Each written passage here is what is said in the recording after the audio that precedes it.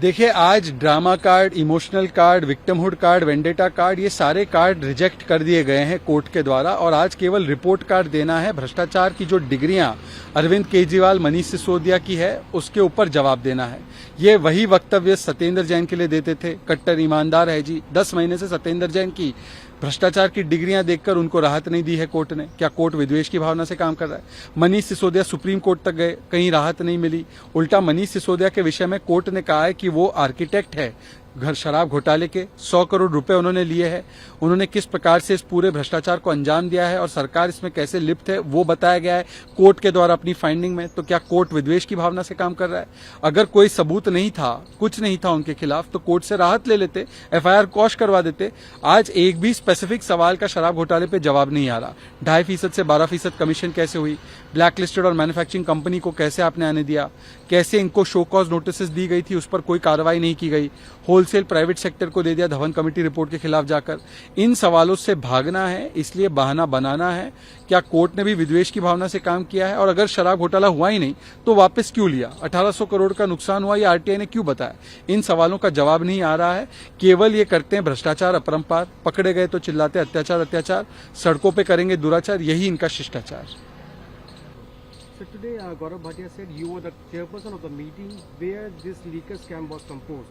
और ये भी कहा कि जैसे जैसे जुड़ रही है कड़ी, अरविंद केजरीवाल पास आ रही है हथकड़ी। देखिए, अगर चोर की मूंछ में तिनका नहीं है तो अपने आप को एजेंसी के सामने पेश करना चाहिए और इस प्रकार का पूर्वाग्रह से ग्रसित बयान देने के बदले अपनी भूमिका क्या है उसको स्पष्ट करना चाहिए।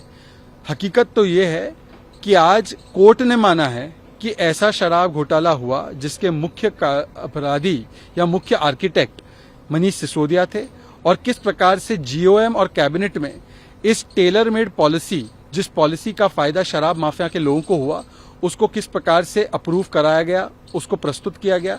क्या ये अरविंद केजरीवाल, इसकी जानकारी नहीं थी उनको, या अरविंद केजरीवाल के मिली भगत से ये कार्रवाई हुई? इसका जवाब उनको सबूत के रूप में देना चाहिए एजेंसी को, परंतु वो जवाब देने के बदले केवल विक्टिमहुड कार्ड खेलते हैं। Gaurav Bhatia said today you were the chairperson of the meeting where this liquor scam was composed. How do you see that? देखिए, Arvind Kejriwal is the kingpin of the sharab घोटाला.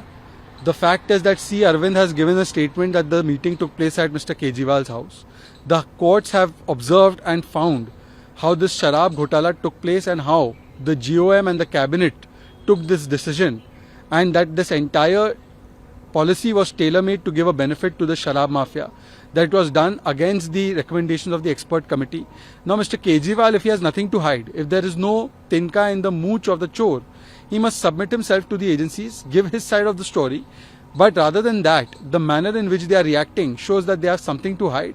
And therefore, today the question is that if he is not the kingpin of this scam, why are they trying to divert attention from this? They must go and answer the questions. Today, Union Minister said Rahul Gandhi had apologized in writing to the court in 2018. Today, they say Gandhi does not apologize. You see, Rahul Gandhi has gone and apologized to the Supreme Court unconditionally for the lies he said about the Supreme Court in the Rafale matter. Rahul Gandhi is the person who has taken a U-turn on his statements about the RSS in a Bhiwandi court. Today, Rahul Gandhi has made defamatory statements about the OBC Samaj. Instead of apologizing and instead of accepting his mistake, here is Rahul Gandhi and the Congress party which is trying to undermine the court, questioning the court, and is also saying that he is not Savarkar, that he will apologize. Now, it is very unfortunate that Veer Savarkar ji is being insulted by Rahul Gandhi time and again. Mr. Uddhav Thackeray and Sharad Pawar ji must tell us that do they accept such statement by Rahul Gandhi where he is constantly undermining and trying to insult Savarkar ji despite them chastising Rahul Gandhi and the Congress party for this? This kind of mindset only shows that Rahul Gandhi is not only an immature person, but he also is an arrogant person who thinks he is above the courts and above the law. Sir, Anurag Thakur ji का कहना है कि राहुल गांधी ने 2018 में court से return में माफी मांगी थी और अब कह रहे हैं कि गांधी माफी नहीं मांगी। देखिए, राहुल गांधी झूठ के बादशाह और नवाब है डिफेमेशन के। उन्होंने बार बार जिस प्रकार से झूठे वक्तव्य दिए हैं, सुप्रीम कोर्ट के विषय में जो दिया था उसके लिए उनको माफी मांगनी पड़ी। भिवंडी कोर्ट में उन्हें आरएसएस पर दिए गए वक्तव्य पर यू टर्न करना पड़ा। और ये वो व्यक्ति है जिन्होंने ओबीसी समाज का अपमान किया है और फिर अपनी गलती मानने के बदले आज अहंकारी मानसिकता से ग्रसित वो कोर्ट पर ही सवाल उठाते हैं, काले कपड़े पहनकर काली मंशा से धरने पर बैठ जाते हैं कोर्ट के खिलाफ। आज सवाल सिर्फ इतना बनता है कि एक ऐसा व्यक्ति जो अपने आप को कानून के ऊपर समझता है, उसकी अहंकारी मानसिकता भी दिखाई देती है, और अपने बयान को जायज ठहराने के लिए जिस प्रकार से सावरकर जी का वो अपमान करते हैं, वो कहते हैं कि मैं गांधी हूं, मैं सावरकर नहीं हूं, तो क्या इस प्रकार का अपमान जो सावरकर जी का किया जा रहा है, क्या उद्धव ठाकरे जी और शरद पवार जी को स्वीकार्य है? क्योंकि उन्होंने आईना दिखाया था कांग्रेस को सावरकर जी के विषय पर उसके बावजूद भी राहुल गांधी उनका अपमान करते हैं। क्या उनको ये स्वीकार्य है? अगर नहीं है तो उनको कार्रवाई करनी चाहिए और उनको एक स्टैंड लेना चाहिए। In Rajasthan, Amit Shah said, despite Rahul Gandhi doing a yatra, Congress was swept out of Northeast in the elections that were recently held. How do you see that? See, Rahul Gandhi did not need to do Bharat Jodo because Sardar Patel has already united Bharat.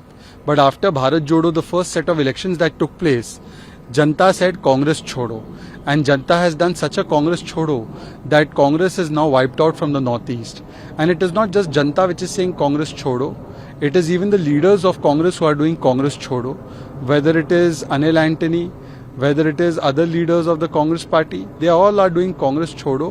And in fact, today Rahul Gandhi ji should focus on Congress Jodo, because Janta is also leaving Congress, Congress leaders are leaving Congress, and in Rajasthan also we are seeing Pilot versus Gehlot.